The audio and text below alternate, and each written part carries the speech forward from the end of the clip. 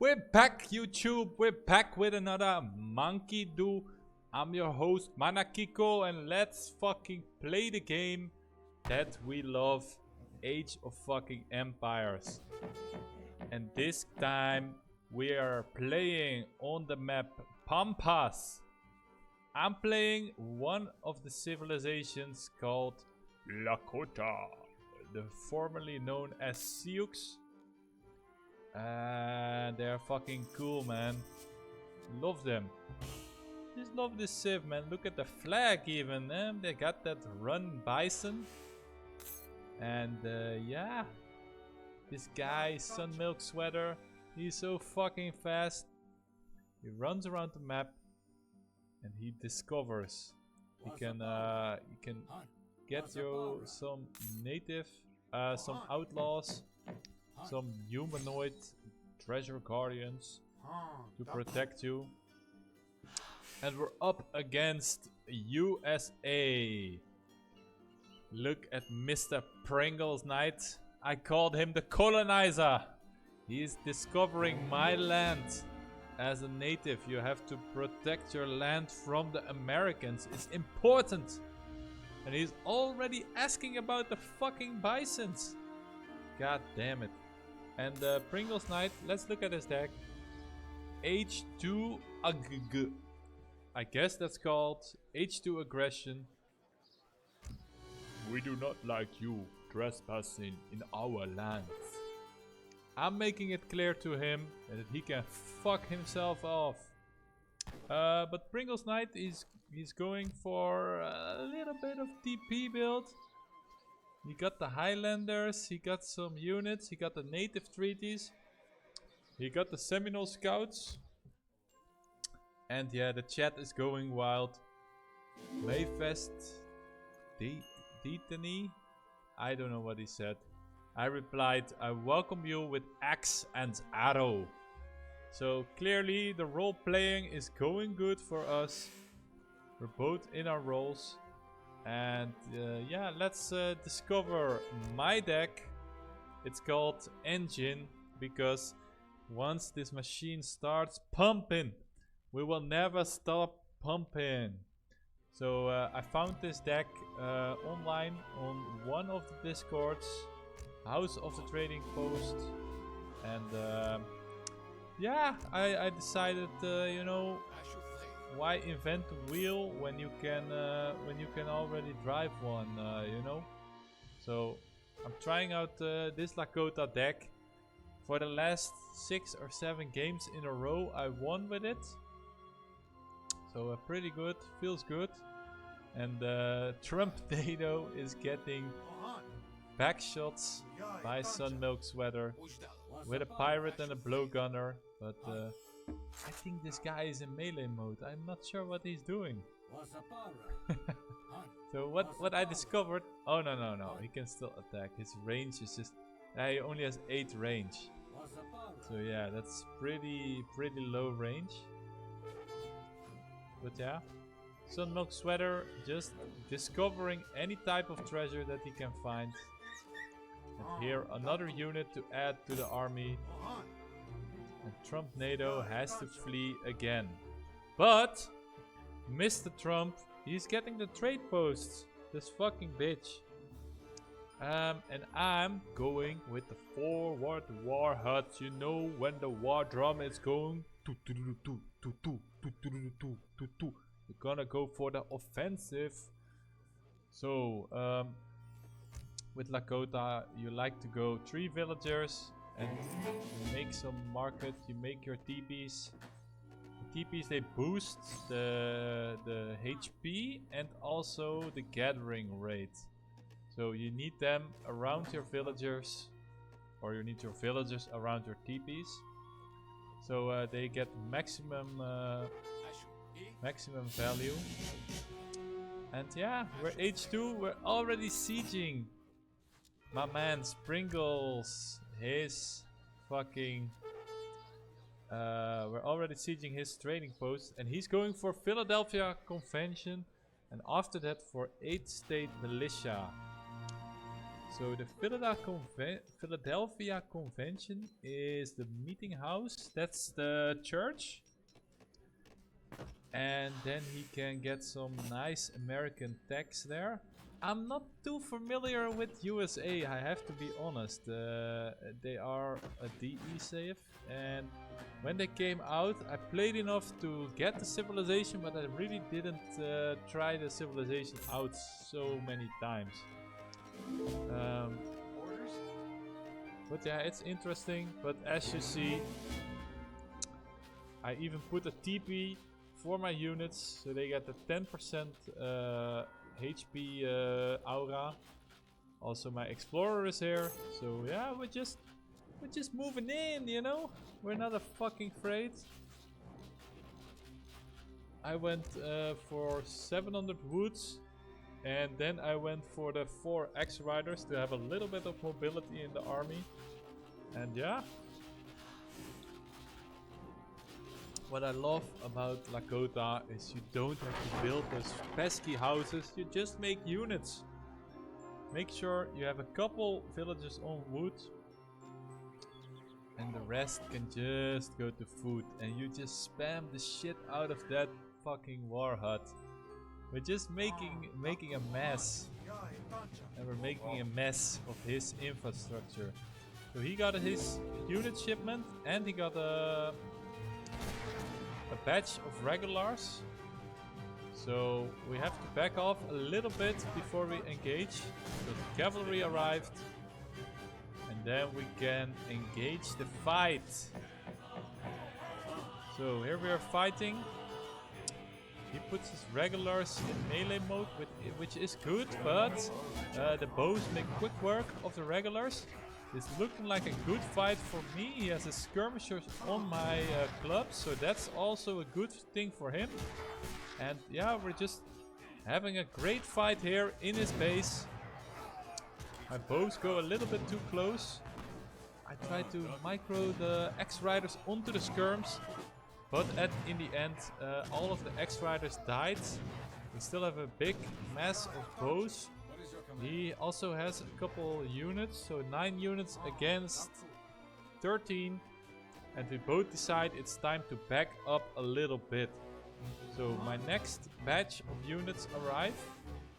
And yeah, I'm just daring him. Just come out and play to me. And what is interesting here, he is going for the Seminole Scouts. So we don't have Seminoles on this map, but he's going for basically a mercenary shipment, because it cost him a lot of resources. So yeah, he finished his 2 shipments, and then he went for Seminole Scouts. So and his trading post rickshaw tried to escape.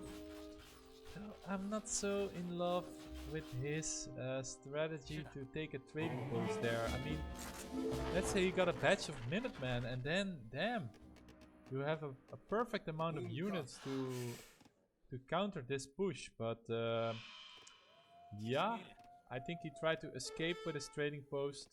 Oh wow, I didn't know the Seminole Scouts can go. I didn't know they could go stealth. That's insane. That's some insane tech. So you have basically... Yeah, you have an invisible bow. They have pretty good damage. I noticed in the game.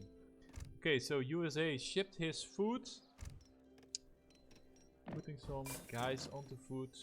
Really should get some guys onto coin when their food is coming in, so you can keep producing. You don't have to use the market then. And yeah, let's bring it over to here. The herd was being taken here, and Lakota, they want to fight. The club warriors, the Seton bowmans. And we're just aiming for the houses. Pringles got his sharpshooters in. I believe that is and Oy, oy, oy, he's taking a pretty bad fight. You have your Seminole Bowman there, man. Use your mercenaries. So Pringle's losing his army over here. Without committing the full strength of his army. That is a little bit bad for him. That's quite unfortunate. Probably the bowmen were invisible for him too. I don't know why he's not moving them in. Oi, oi, oi, oi, oi. And that's not looking good for him. So the sharpshooters here, they are getting wrecked. The explorer dies. And yeah, he's shipping his Minutemen. And then he starts moving in his units. They have 60. They have a 1 fire rate? Ah, the closer. Yeah. They have that tech. Like the closer you are, the faster they fire. I think. I didn't know that. Damn, these units have some depth. Only 16 range. That's more than a regular. Is it more than a Seton Bowman? No, it's same. So basically they are buffed up Seton Bowmans. 115. And 100. So yeah, they're a little bit tankier. They have range resist. Not as much. I think the multipliers are... Oh wow, he has a better multiplier. Okay. So yeah, pretty strong bowmen. I didn't know they were that strong. But I have to admit, I noticed within the game that his bowmen are putting out a lot of damage. But yeah, you know, the counter against bowmen is of course the cavalry. And here my army was a little bit AFK.